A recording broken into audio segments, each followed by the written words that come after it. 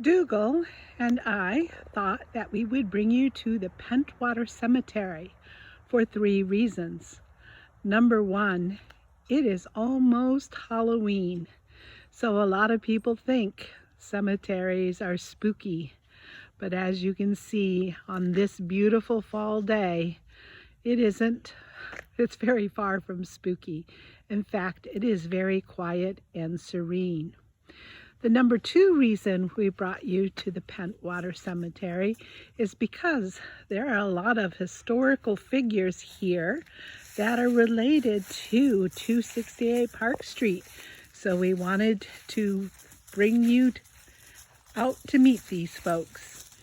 And number 3, well, it's just one of my favorite places to go with Dougal. He can run free as long as I pick up after him, and he can enjoy the hills and chasing the squirrels. So with that being said, let's get started. So the next headstone that we are bringing you to is Maxwell's headstone. Maxwell was actually W.B.O. Sands' partner, not only in the lumber business, but in the Pentwater Furniture Company and the general store. These two came from Illinois, where they had met after the Civil War and came to settle here in Pentwater, Michigan. William Butler Ogden Sands. This is the father of Gardner T. Sands, who owned our house at 268 Park Street. William was actually married to Caroline, and they had a couple of boys and a couple of girls, with Gardner T. Sands being the oldest. A couple of things that I'd like to point out about William Butler Ogden Sands is, number 1, he actually served in the Civil War for the 37th Illinois Militia. He had 2 other things that made him semi-famous. Number 1 being that he led an all-black troop during the Civil War out of Illinois. And number 2 was that unfortunately he got himself murdered. As we're walking up to the other Sands tombstones, just give you a little information about how Mr. Sands got himself murdered. Well, he had a disgruntled employee by the name of Minchell, and the guy took a couple of pot shots at him. He wasn't really a very good shot, but he did get him in the arm a couple of times. Unfortunately, the physician for Pentwater was in Ludington. This is 1895, folks, so it is horse and buggy day, and he had to get back to Pentwater to treat Mr. Sands. Because of blood loss and mangling of the arm had to be amputated, and unfortunately the surgery with the loss of blood meant that he did not survive, and he died a couple of days after he was shot. Now we are coming up to Mr. Sands' tombstone.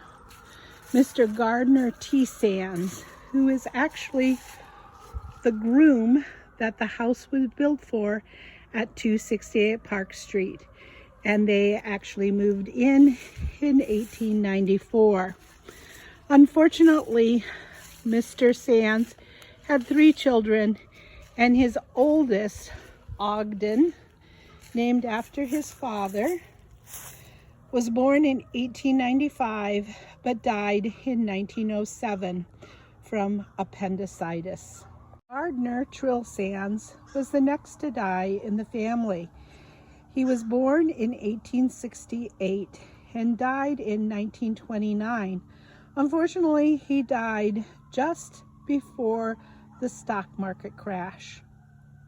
Olive Blanchard Richmond Sands was born in 1872 She was the bride that 268 Park Street was actually built for, and she died in 1953, living in the house for that 50-plus year span.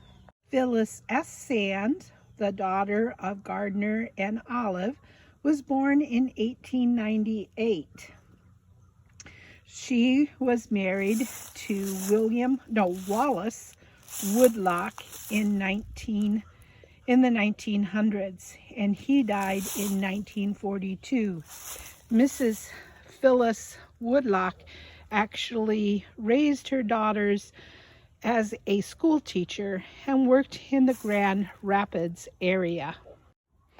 Olive Woodlock Courser, the granddaughter of Olive Sands, was born in 1924 and died in 2005. She was actually married to Robert, and they helped with several different adventures with 268 Park Street. The granddaughter that I met was Patricia W. Woodlock Glaza. She was born in 1931, just a couple of years before my own mother was born, and she died in 2012. She married Edward J. Glaza, and they were married at the house at 268 Park Street, and that is also where they spent their wedding night. The Sands had another daughter. Her name was Marjorie. She moved out to California after she got married, so she is not actually buried in this plot. Mr. and Mrs. Sands used to go out to California every winter to get away from the lovely Michigan winters. This is where Mr. Sands died. He actually died on the golf course. He took a shot, got a hole-in-one. Everyone was so excited about his accomplishment, and when they turned around to congratulate him, he was actually golfing with his lawyer and his doctor. Mr. Sands was dead of a heart attack at the tee. So unfortunately he died, but what a way to go. Dougal and I are heading back to the car. Dougal has to find all of the leaves to shuffle through. Seems like he likes that sound.